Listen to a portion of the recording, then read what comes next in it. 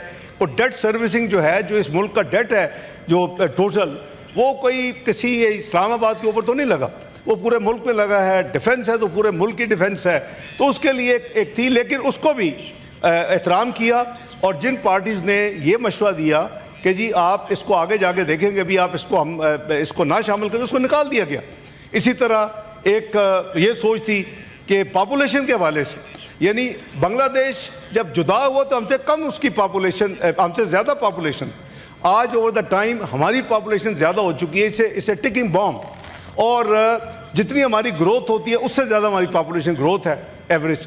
تو obviously something has to be done. اسلامی اصولوں کے اندر رہ کے اس کو کرنا چاہیے. لیکن چونکہ ڈیوالو ہو گیا, کانکریٹ لسٹ جب ابالش ہوئی, اور اس کے بعد اس کی وجہ سے ہم نے دیکھا کہ کوئی اس پہ توجہ نہیں ہے, نہ صوبے توجہ دے رہے ہیں, نہ فیڈرل گورنمنٹ توجہ دے رہی ہے.